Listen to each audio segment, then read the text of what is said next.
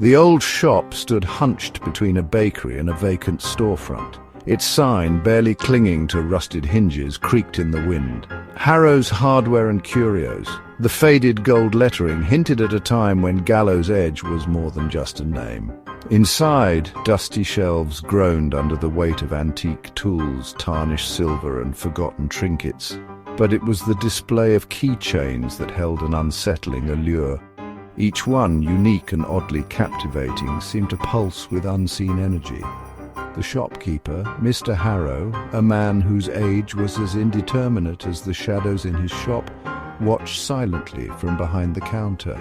His eyes, like polished agates, seemed to follow your every move, reflecting the flickering gaslight that cast dancing shadows across the room. The air hung heavy with the scent of beeswax, rust, and something ancient, something vaguely unsettling.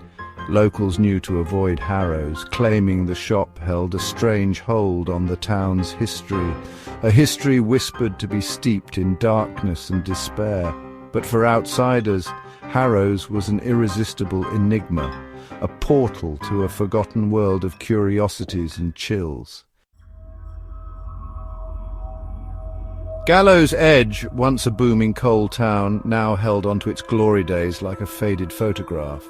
The young sought escape, the old clung to routine, and everyone avoided Harrow's.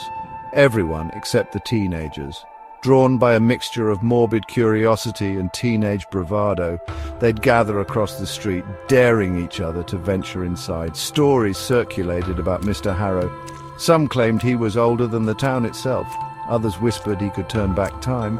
The more outlandish rumors painted him as a collector of souls, each keychain representing a life tragically bound to his shop.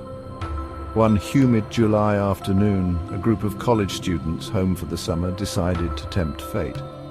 Among them was Lydia, a bright, inquisitive literature major, immune to the town's superstitions. She found the stories intriguing, the shop itself a fascinating anthropological study. As her friends exchanged nervous glances, Lydia, emboldened by a sense of adventure, declared she would be the one to enter Harrow's. Little did she know her curiosity was about to unlock something sinister. The bell above the door chimed mournfully as Lydia stepped inside, the musty air thick with the weight of forgotten stories. Mr. Harrow, without a word, gestured towards the keychains. His long bony finger seemed to point directly at a tarnished silver padlock, small and ornate, dangling from a chain of blackened iron. Lydia, drawn to its intricate design, picked it up. A jolt like static electricity ran up her arm. The padlock felt strangely warm, pulsing with an energy that seemed to vibrate in her hand. "How much for this one?" she asked, her voice barely a whisper in the stillness of the shop. Mr. Harrow's eyes, cold and calculating, met hers. "For you, little bird," he rasped, his voice dry as autumn leaves. $5. As Lydia paid, a chill snaked down her spine. Mr. Harrow's smile, a fleeting upturn of his lips, did little to ease the unease that had gripped her. Section 4. Unlocking Fear. That night, Lydia hung the padlock on her bedside lamp. Sleep, however, proved elusive.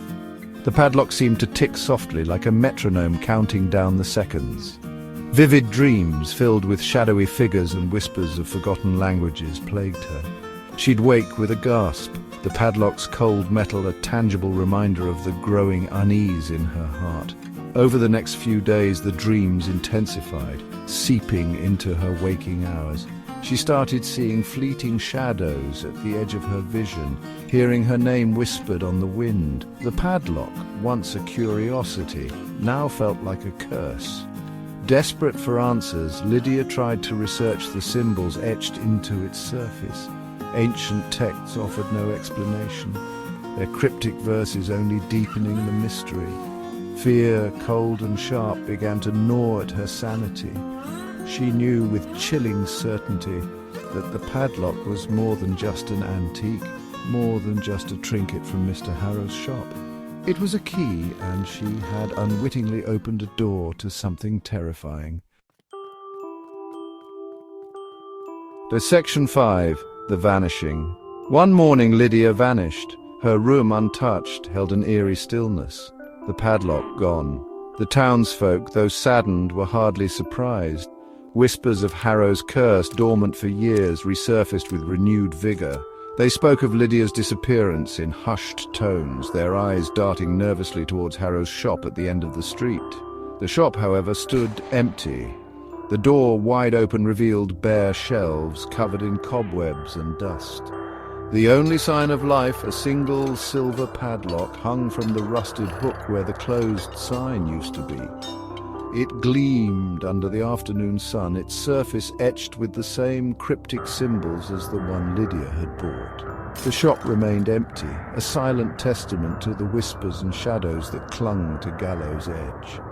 Mr. Harrow was never seen again, but his legend, fueled by Lydia's disappearance and the eerie transformation of his shop, lived on. A chilling reminder that some doors, once opened, can never be closed.